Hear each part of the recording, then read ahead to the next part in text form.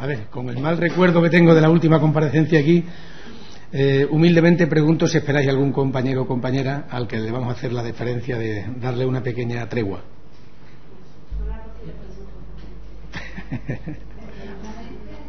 ¿Te acordás? ¿Te acordás o no te acordás? Não te lembras?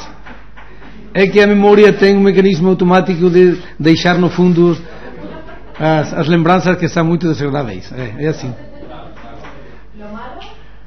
Sí, sí, sí, pero eso es automático, ¿eh? Automático. Sí, cuando tiene. Bien, pues si os parece, no hay ningún problema. Carmen, tú eres la que mandas.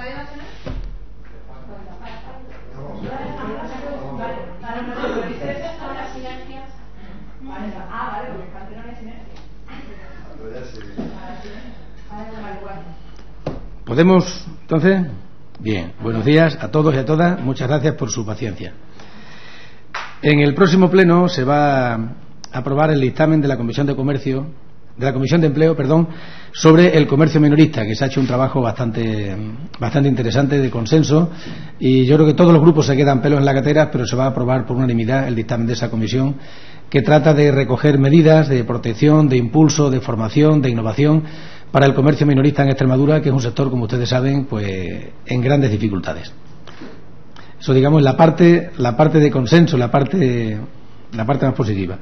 Después nosotros presentamos una propuesta de impulso para que una serie de instalaciones y terrenos que están bajo la gestión de Adif y que se van a privatizar, queremos que el gobierno extremeño establezca negociaciones con la Administración de Infraestructura Ferroviaria para ver la posibilidad de hacerse cargo de esas instalaciones o de esos terrenos, porque a lo mejor nos interesan. Por lo menos que tengamos la posibilidad, antes de que salgan al mercado, antes de que se liberen, que el gobierno extremeño pueda hacerse con esas infraestructuras que seguramente nos interesan. Porque nos han informado desde los ferrocarriles que hay, en fin, con las reformas del transporte ferroviario, hay instalaciones que se van a dejar de usar y hay terrenos que están, digamos, baldíos, y a lo mejor nos interesa al gobierno extremeño hacernos con esas instalaciones. Eso sería la propuesta de impulso. Y luego una propuesta de pronunciamiento para que España mantenga el apoyo al tratado sobre el comercio de armas. Porque, sí, hay un tratado que prohíbe, y que, claro, perdón, hay un tratado, vamos a ver, el tratado sobre el comercio de armas condiciona, prohíbe, limita las condiciones en las que debe hacerse ese comercio, para impedir que vaya a zonas en conflicto, para impedir una serie de usos, y España tiene que apoyar ese tratado, que anualmente se renueva, y nosotros queremos que España siga apoyando todas esas medidas que de forma directa e indirecta incidirían en la paz y en que no se ensangrenten aún más los conflictos que salen cada 2 por 3 en distintas partes del mundo. O sea, es para controlar, limitar, evitar todos los males que están del tráfico de armas, que parece ser que es el que mueve más dinero, incluso del tráfico de drogas. El tráfico de armas mueve más. Y España creo que tiene que seguir, queremos que se garantice que España siga apoyando todas esas limitaciones y controles y prohibiciones.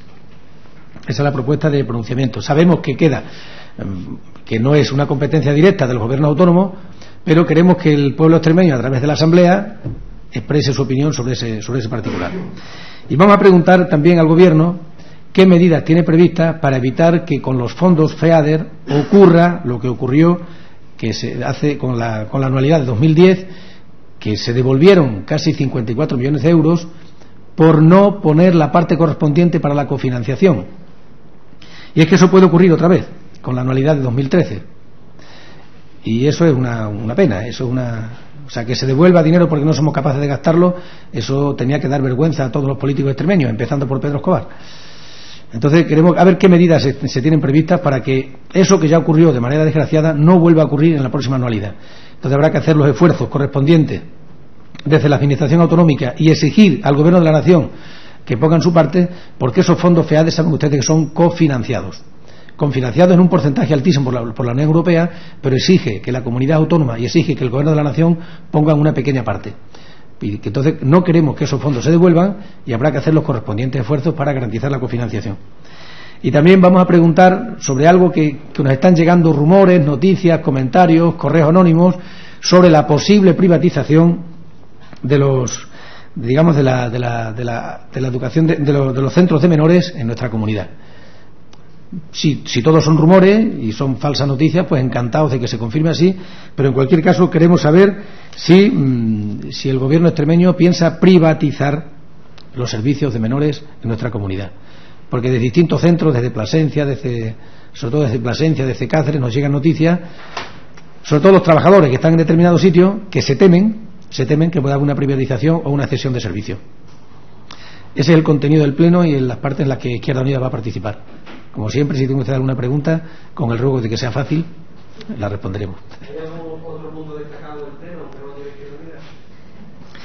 Sí, me imagino que el Partido Socialista, y también hay otras preguntas y otras propuestas que llevarán los otros grupos, y bueno, pues en el pleno nos pronunciaremos sobre ellas. En unas interviene uno, otras interviene otro, pero tengo por costumbre no informar de las propuestas de impulso y de pronunciamiento que presentan otros partidos. Entonces, la verdad es que me he centrado en las nuestras. Naturalmente que hay más, hay otras propuestas del PSOE y alguna incluso me parece que del PP. Hay comparecencias también, hay alguna comparecencia, pero sí.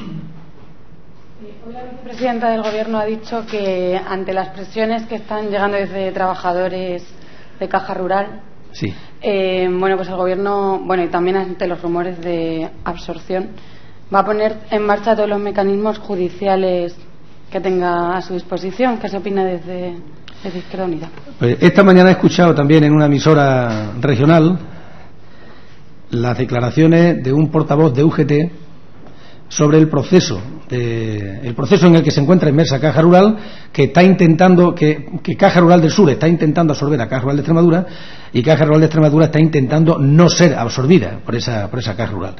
Y efectivamente ha habido presiones, lo han denunciado los sindicatos, y también nosotros esperamos que la Caja Rural de Extremadura siga vinculada a Extremadura y con los órganos de decisión en Extremadura. Y queremos que siga siendo un mecanismo de financiación al servicio del agro extremeño y al servicio de las pequeñas y medianas empresas, de los agricultores extremeños. Y parece ser que los modos de Caja Rural del Sur no son, digamos, los más adecuados en lo que sería una operación financiera.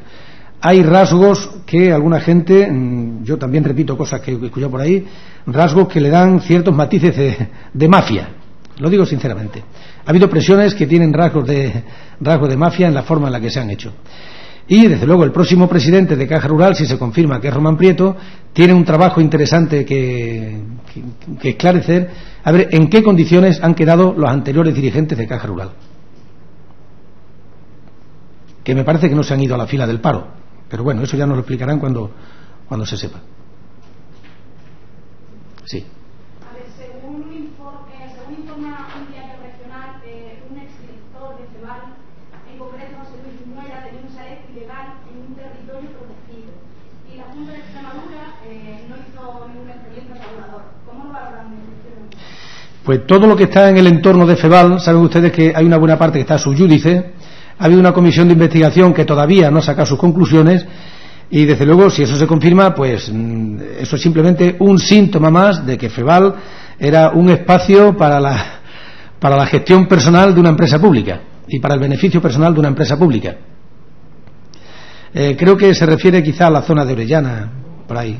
Creo que hay algún que otro chalet más vinculado a algún que otro dirigente del Partido Socialista, de algún alto cargo municipal de la zona de La Serena. Y bueno, pues esperemos que esa puerta se abra, porque me extrañaría que hubiera solo dos chalets ilegales construidos en una zona cepa, por cierto. Entonces esperemos que eso se aclare, que eso se investigue y que lleguen las últimas consecuencias. La valoración naturalmente no puede ser más que ser muy negativa y que demuestra que ha habido un uso personal ilegítimo de lo que era una institución pública.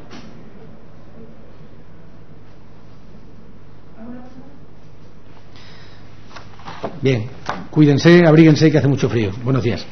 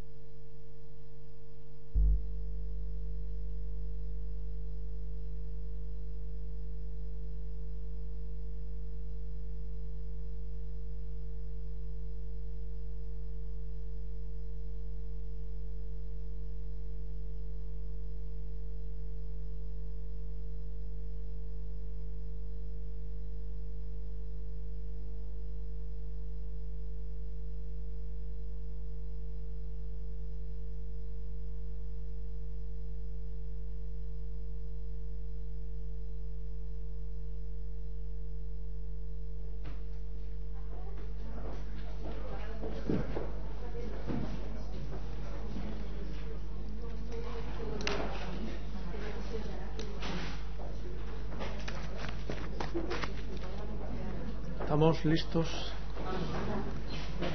Buenos días a todas y a todos. Voy a pasar a comentar las iniciativas que lleva el Grupo Parlamentario Socialista Regionalista al pleno del próximo jueves.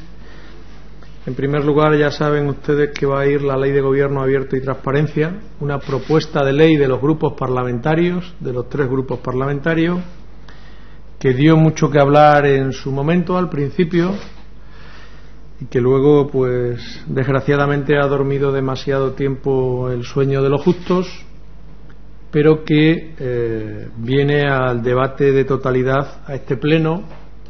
Me gustaría destacar de esta ley, primero, que tiene un alto contenido de la propuesta de ley que registramos en esta Cámara el Grupo Parlamentario Socialista, de lo cual nos sentimos satisfechos. En segundo lugar, que va a posibilitar un nivel de transparencia muy grande de la Administración regional con los ciudadanos de Extremadura, y en segundo lugar va a permitir que los ciudadanos de Extremadura puedan participar en los asuntos de gobierno.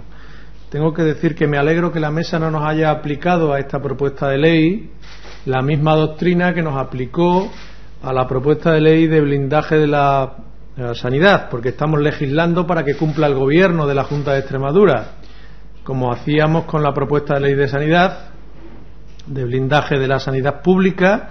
Sin embargo, tengo que decir que en esta ocasión la mesa de la Asamblea no nos ha aplicado la misma doctrina. Probablemente sea, sin que yo prejuzgue nada, porque iba firmada por los 3 grupos parlamentarios. Por eso la doctrina dependerá, supongo, siempre presuntamente, dependerá de si lo firma un grupo parlamentario 2 o 3. Y luego esta propuesta de ley, cuando se apruebe esta ley, va a obligar a la Junta de Extremadura a hacer cosas que ahora no está haciendo. Por ejemplo, tiene que publicar todos los contratos mayores y menores en la página web en formato reutilizable por los ciudadanos y accesible, desde luego, no allí detrás de un banner que nunca se sepa lo que se quiere decir. Y además esta ley va a obligar a poner toda la información de la que disponga la Junta de Extremadura en formatos reutilizables por los ciudadanos, porque la información es de la comunidad autónoma, no del partido que sustenta al gobierno. Además de esta propuesta de ley de gobierno abierto, nosotros hemos impulsado una propuesta de impulso instando a la Junta de Extremadura a presentar en el plazo de 5 meses un proyecto de ley, un proyecto de red pública de conservatorios de música. Fundamentalmente, el conservatorio que peor lo está pasando es el Conservatorio de Mérida. El Ayuntamiento de Mérida quiere a todas luces deshacerse del Conservatorio Municipal de Música, y nosotros le vamos a exigir que cumpla la Ley de Educación en la Junta de Extremadura, y en el plazo de 5 meses, para el próximo curso, nos traiga un proyecto de integración de los conservatorios en la red pública dependiente de la Junta de Extremadura. La segunda propuesta de impulso es una propuesta de impulso instando a la Junta de Extremadura a traer un proyecto de ley de modificación de la Ley de Medidas Tributarias, la que se aprobó en el verano, en junio del 2012, aquella que establecía por primera vez el canon del agua y aquella que duplicaba el impuesto conocido como el céntimo sanitario. Pues nosotros le pedimos a la Junta de Extremadura que en el plazo de un mes traiga un proyecto de reforma de aquella ley en el que suspenda el canon del agua, el impuesto del canon del agua, hasta que termine la crisis, y después ya hablaremos cómo lo impulsamos de nuevo, entre otras razones porque está llevando a una situación de extrema necesidad a muchas familias de esta región, que están en unas condiciones económicas de penuria. Imponerle una tasa al agua como la que ponía el canon del agua, de saneamiento del agua, hacía que el recibo del agua se haya incrementado entre un 33 y un 66% cada mes. Y claro, si somos campeones en el cumplimiento del déficit, si el señor Montoro le pidió al señor Monago que se cortara un brazo y el señor Monago le ha cortado a los extremeños los 2 brazos y una pierna, no podrá presumir el señor Monago de que ha cumplido con el déficit. Con lo que ha cumplido es con los recortes. Y si se ha pasado de frenada en los recortes y ahora quiere presumir de que es el campeón del recortar el déficit, pues tendrá que devolverle el brazo y la pierna cortado indebidamente a los ciudadanos, en este caso suspendiendo el canon del agua y suspendiendo y reduciendo, llevándolo el impuesto del céntimo sanitario a la tributación que tenía antes del verano del 2012. Y llevamos también una moción subsiguiente a interpelación sobre la agricultura. Ya saben ustedes que el gobierno, cuando llegó, el gobierno del señor Monago, nos deslumbró a todos con aquello de que iban a apostar por el campo. Habían descubierto el campo, pero eso les duró más o menos como lo primero fue el empleo, hasta que llegaron al gobierno. Se les olvidó el empleo y después del debate de investidura se les olvidó el campo, porque lo único que han hecho hasta ahora es recortar todas las ayudas públicas que tenía la agricultura productiva de la región. Han recortado, eliminado las ayudas a los seguros agrarios, y eso es abocar a la catástrofe a la agricultura más productiva de esta región. Han quitado las ayudas para la cura, para la sanidad vegetal, por ejemplo, para la pudenta del arroz, y desde luego no han hecho absolutamente nada por ayudar a una de las industrias que peor lo está pasando, que es la industria transformadora del tomate, la industria de las cooperativas transformadoras del tomate. Y para eso vamos a presentar propuestas para apoyar decididamente al sector agroalimentario. Y por último, hemos presentado una interpelación sobre la política general en materia de transporte ferroviario, porque ya saben ustedes que el consejero de Fomento, cosa que toca, cosa que fastidia. Tocó el avión, Ryanair ha estado a punto de desaparecer como compañía, no vino Ryanair y vino Elite, Dragón Rapide duró lo que duró varios meses, pero en fin, ya saben ustedes cómo ha terminado, como Rosario de la Aurora, se pasó de ser el consejero delegado de la compañía a ser el instructor de su desaparición. Hicieron un congreso para el eje 16 y se ha quedado en un eje 8 porque nada más se supo en los presupuestos generales del Estado. Dijeron que iban a hacer por las vías del AVE un tren rápido y lo único que han hecho ha sido que las obras del AVE se han paralizado en algunos tramos y sacarnos una foto en los periódicos de lo bonito que quedan los arcos de los puentes que están haciendo sobre el Tajo. Dijeron que iban a hacer una serie de convenios con Renfe y que iban a fortalecer el transporte ferroviario, y hay 16 líneas, servicios ferroviarios que están pendientes de un hilo. Por tanto, este consejero es casi mejor que no toque nada, porque cosa que toca, cosa que lo pone en riesgo de desaparición. Entonces vamos a interpelarle por la política general en materia ferroviaria. Luego vamos a preguntarle, en las preguntas al Gobierno, primero, si la Junta de Extremadura piensa privatizar la gestión de la red de menores de nuestra comunidad autónoma. No que haya rumores, como dice algún portavoz parlamentario, no, rumores haylos. El problema es que están haciendo estudios para la privatización de la gestión de los centros de menores. Por ejemplo, el de Valcorchero, en Plasencia. Y le vamos a exigir claridad por respeto a los menores y claridad por respeto a los trabajadores de esos centros a la Junta de Extremadura sobre qué piensa hacer con los centros de menores, porque todo apunta, no como rumores, sino como gestiones que está haciendo la Consejería, a la privatización de los centros de menores. En segundo lugar, le preguntaremos a la Junta por el problema principal que tiene esta región, que evidentemente ya saben ustedes que no son las exposiciones de fotos en la Feria Taurina Oliventina, sino que es el paro registrado en el mes de febrero. 174.000 parados según la EPA, 152.000 según el paro registrado. y aquí el señor Monago diciendo que la cosa va bien, porque la sangría, en lugar de perder 10 litros por segundo, solo pierde 9 litros por segundo, y la señora vicepresidenta del desempleo desaparecida. Por tanto, tendrán que dar explicaciones, aunque no la den a la prensa, en la Asamblea de Extremadura. Y luego saben ustedes que hay 2 campamentos de parados, uno el campamento Dignidad de Mérida y otro un grupo de parados que están encerrados en la Catedral de Plasencia, con unas exigencias muy claras de empleo a la Junta de Extremadura, y le vamos a preguntar a la Junta de Extremadura si le va a dar respuesta a la demanda de los parados acampados en Mérida y en Plasencia.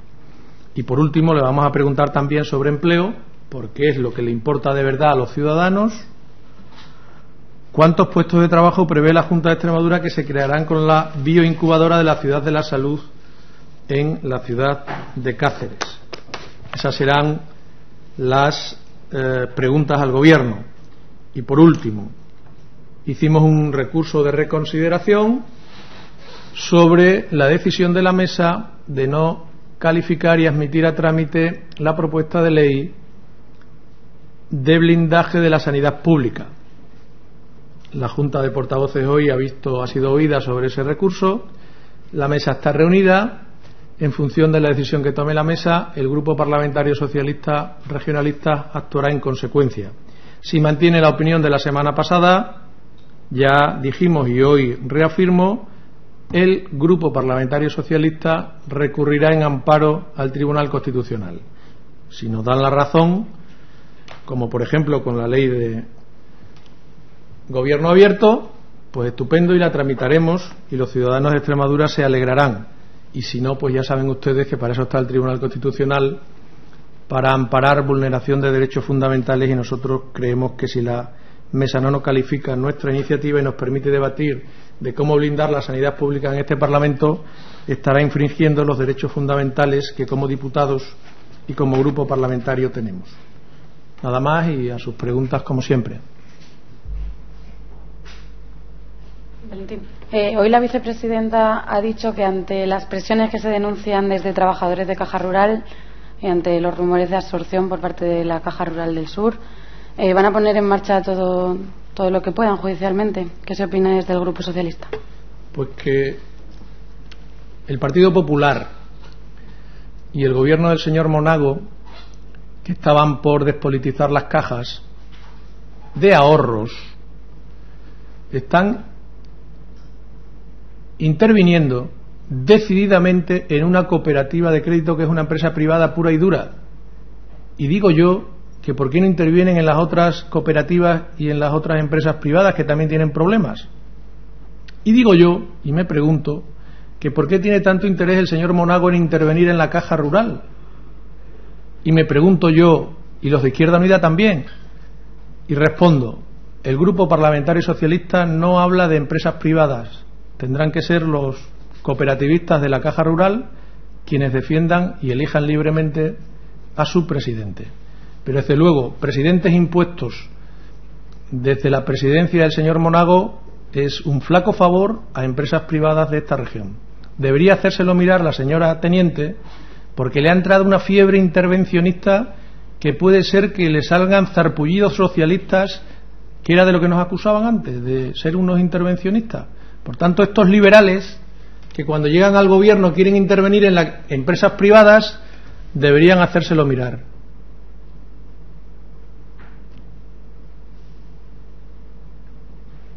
Según informa un diario regional, el exdirector de CEBAR, en concreto José Luis Viñuela, tenía un chalet ilegal en un territorio protegido y la Junta de Extremadura no hizo nada. ¿Cómo valoran este territorio? Primero, que ese diario ha hecho una noticia que no es cierta, y el titular es de juzgado de guardia. Como estamos al habla con el señor director del diario para pedir la rectificación de una noticia falsa, no voy a valorar una noticia falsa, porque espero y deseo que ese diario mañana permita ejercer el derecho de rectificación de una noticia falsa, manifiestamente falsa. Y ya de paso, como desde medios internos del periódico nos dicen que le han facilitado la foto, pues ya si nos dicen quién le ha facilitado la foto nos aclararía mucho las circunstancias. Entonces espero que mañana el diario nos permita ejercer el derecho de rectificación, pero ya de paso pregunto yo, porque a veces pregunto yo también, además de responder pregunto, si nos dijeran quién le ha facilitado la foto, porque desde dentro no lo han dicho, pero si lo dijeran públicamente nos aclararían mucho las cosas.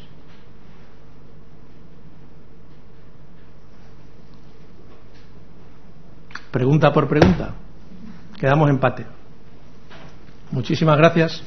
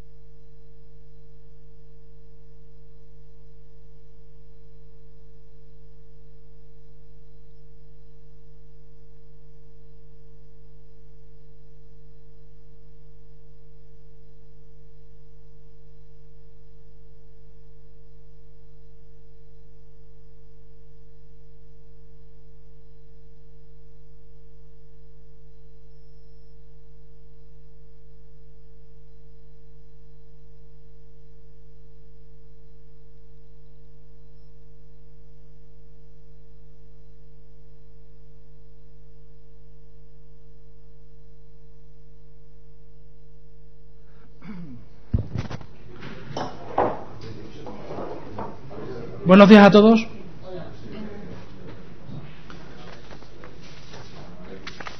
Bien, el resto de portavoces parlamentarios ya les han informado del orden del día. Hay dos aspectos importantes que quisiera reseñar, resaltar y que vamos a tener la oportunidad todos los extremeños a través de sus representantes en esta asamblea, en este Parlamento, de debatir y de aprobar. El primero es algo demandado por la sociedad extremeña, por la sociedad española, y que, siendo un referente, habiéndolo llevado en el programa del Partido Popular, al cabo de 1 año y medio ya es una realidad.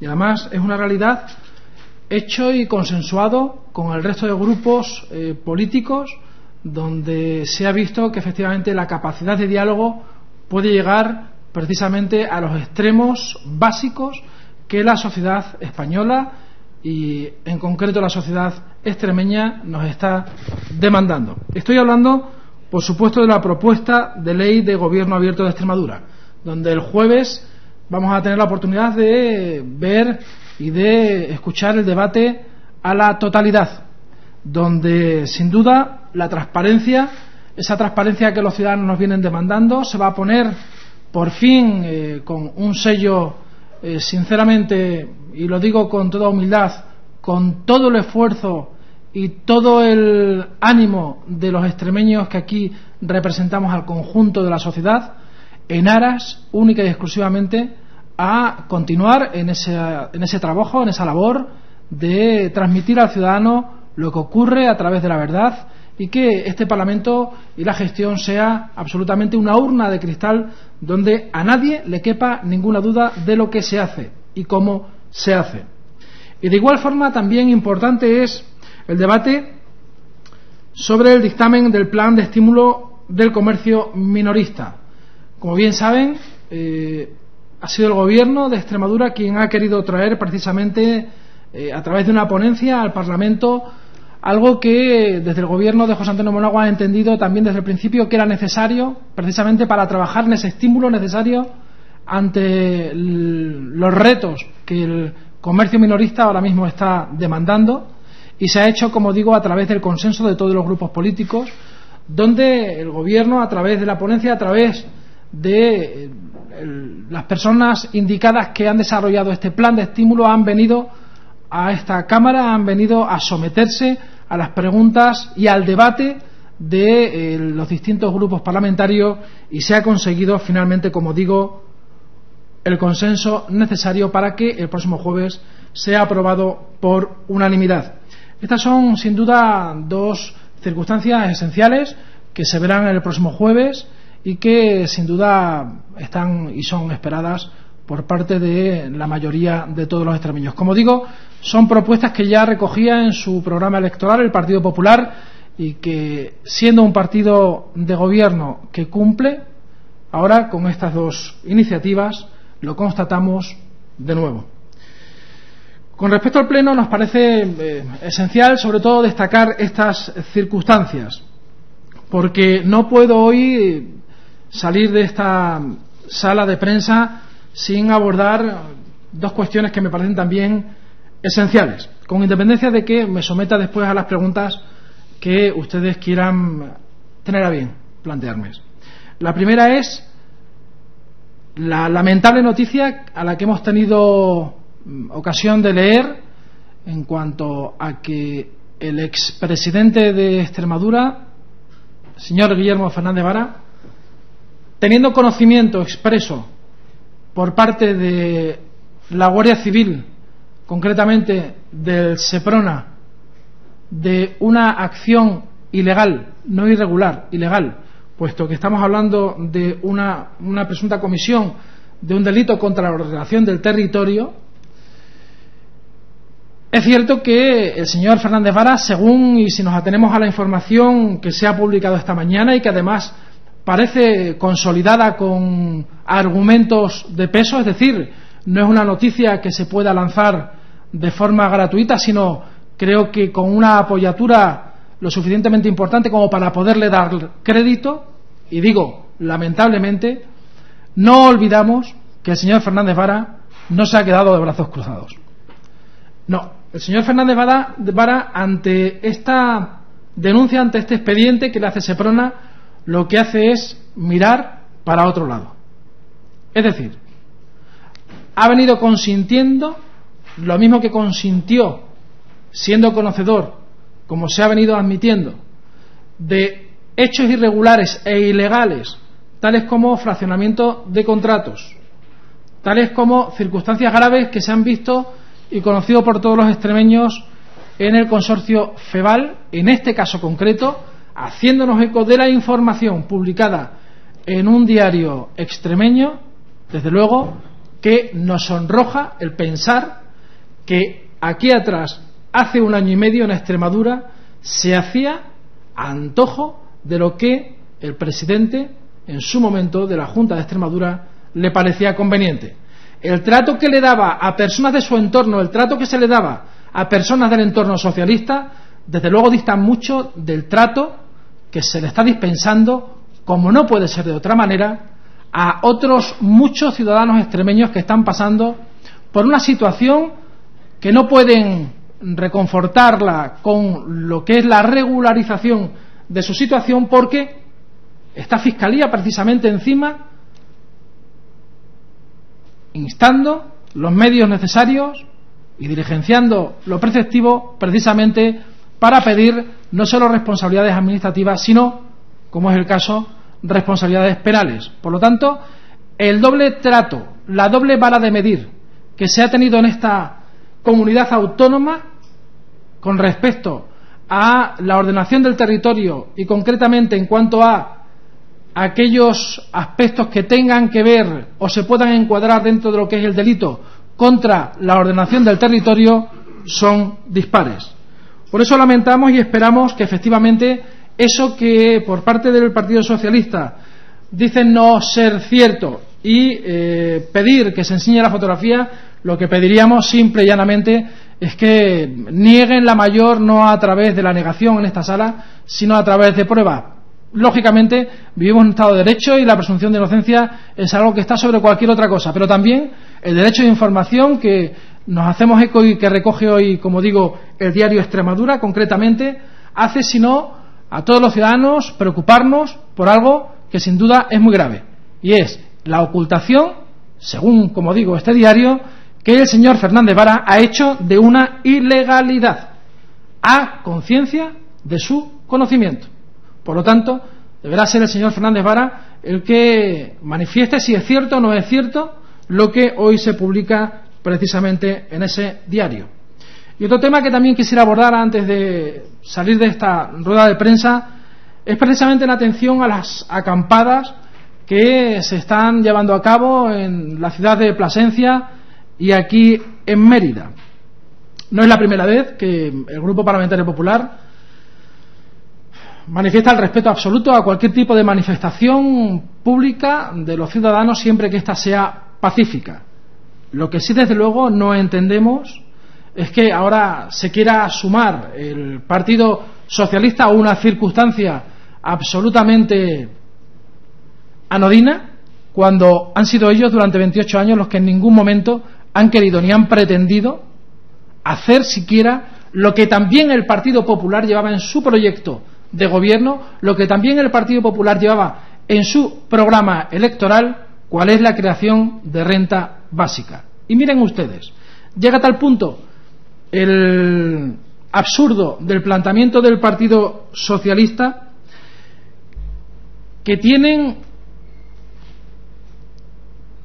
la flamencura de pedir de forma ligera, liviana y sin criterio que se apliquen 60 millones de euros para la renta básica. Y a mí me preocupa que eso lo digan públicamente, porque es que es no reconocer todavía la situación en la que dejaron a Extremadura, es no reconocer la situación con la que se está trabajando desde el minuto 1 por parte del gobierno de José Antonio Monago, precisamente para aliviar esos desmanes que cometieron ellos durante 28 años y más concretamente durante los últimos 4.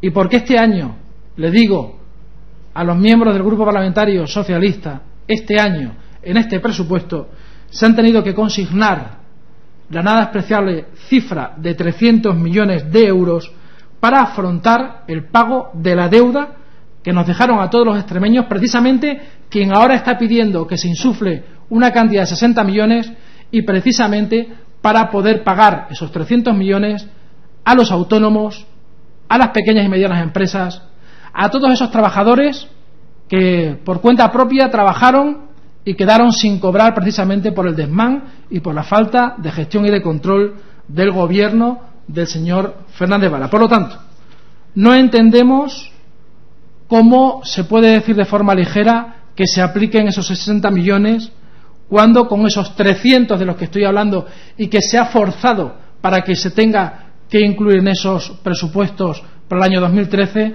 la comunidad autónoma podría haber llevado a cabo, si seguimos los criterios y cuantificación del Partido Socialista, 5 rentas básicas, no una, 5 rentas básicas.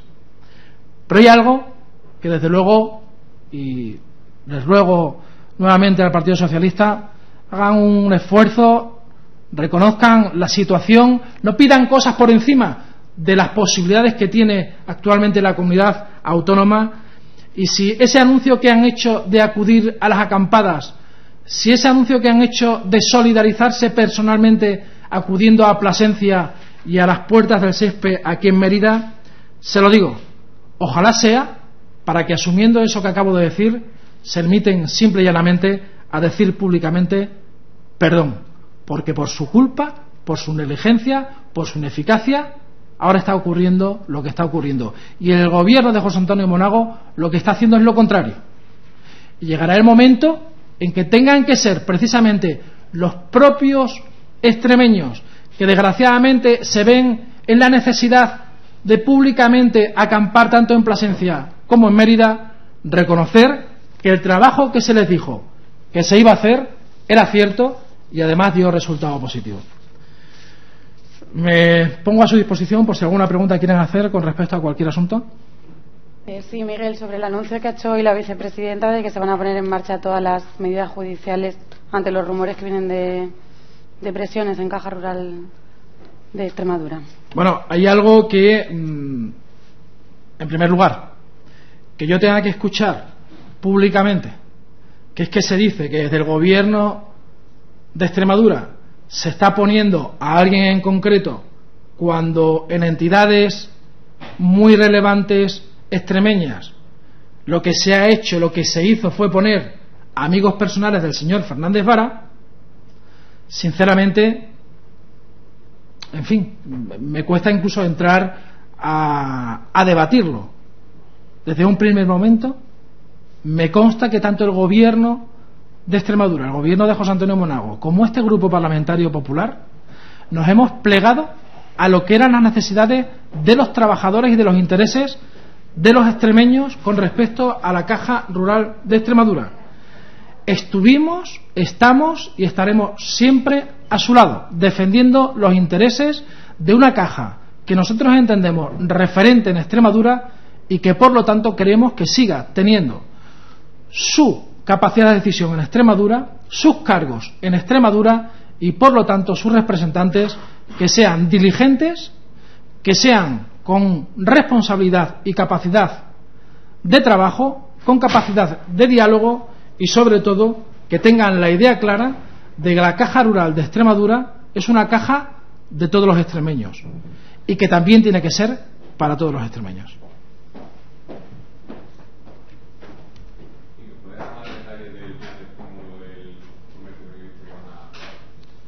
Bien, el plan de estímulo del comercio minorista, como digo, ha sido una apuesta precisamente del gobierno de José Antonio Monago, quien, bien nos lo dicen el resto de fuerzas políticas, pero yo lo he de decir, ha querido que participe toda la sociedad representada y por eso lo ha querido traer aquí a través de una ponencia para que se debata y se llegue a consensos.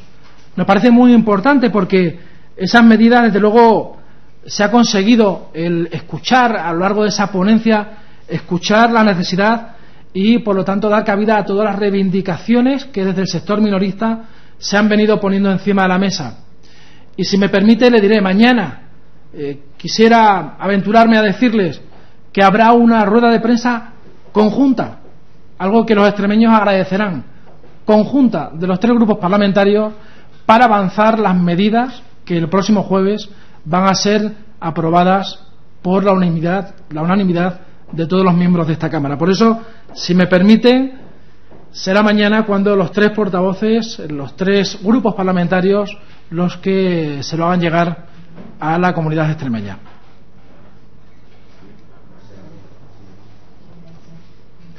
Muchísimas gracias a todos.